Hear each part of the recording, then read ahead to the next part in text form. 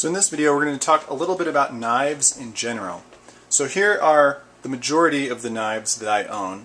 And it seems kind of like a lot, but they all have their specific purpose. Knives are the thing that most home cooks are a little bit afraid of, and it's for good reason, because they're really sharp and they can hurt you.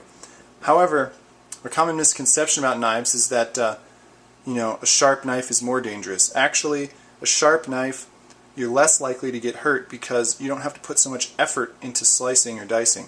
If you can just pull it through easily, then you're going to be able to keep your fingers out of the way. If you're struggling with a dull knife, that's typically when most people get cut. Now, let's talk about the different knives and what you use them for. Another way to stay safe with knives is using the right knife for the task. So over here we have paring knives, which are literally for paring, which most people don't do a lot of. So your paring knife should see relatively little use. A lot of people use their paring knife for everything, and just because it looks safer because it has a bigger handle compared to blade length. That's not necessarily true. You should definitely keep it as sharp as possible and only use it for paring. This is the main knife that most people should be using for most tasks. This is a chef's knife, a French style chef's knife. This is your main workhorse knife. This should be what you do most of your cutting with in the kitchen. It's long, so it can go through large pieces of meat or vegetables. It's also pretty tall, so that it keeps your knuckles from hitting the counter when you're slicing. It has this characteristic curve at the front, so that you can put it on a cutting board and rock it up and down. I'll have another video specifically on the chef's knife, but if you don't have a good chef's knife, your kitchen is incomplete. This is just a smaller version of the chef's knife. If you have a cutting board of a certain size, your knife should not be longer than the diagonal of your cutting board, just to make sure that it fits on there. So if you have a smaller board, you use a smaller knife. But if you have a big board like this one, go ahead, this is plenty enough board to use the biggest knife that I have. This is a bread slicing knife. It's one of the few knives where I tolerate a serrated edge, because bread is really soft and it needs something to bite into to get a good grip, especially if it's got a crust on it.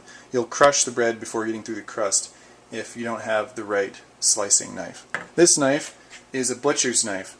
If it was even bigger, it would fall into the category of a scimitar. This knife is only for raw meat, primal cuts of raw meat. So if you get an entire sirloin and need to cut it into steaks, this is your knife.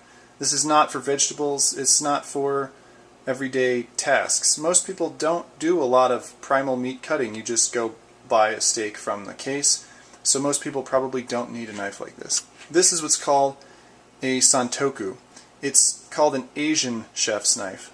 It has this downward taper to the front that allows you to drag it across the cutting board and make cuts that way.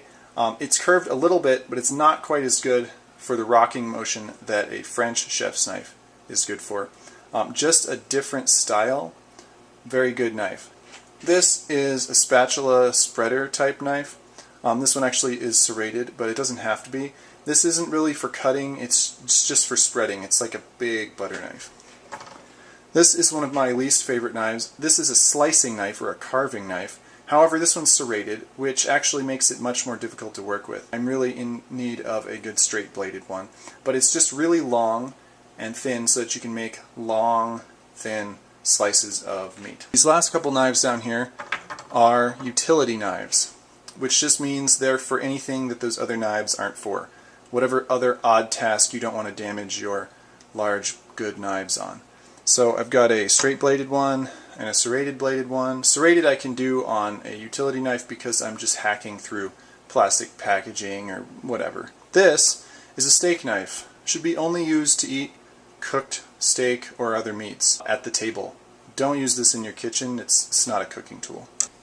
This is called a steel, and it is for honing the blade of your knives. Like I said, the safest knife is a sharp knife, so the steel keeps them sharp. It does not sharpen the knives, that's a misconception. It's actually just a honing tool, because what happens is the blade on a knife is made up of tiny little teeth. You can't see it, they're microscopic. So if we look at the blade long ways, they're like a little mohawk of teeth, and they get all out of shape when you cut. So you run the steel down them and it lines them back up.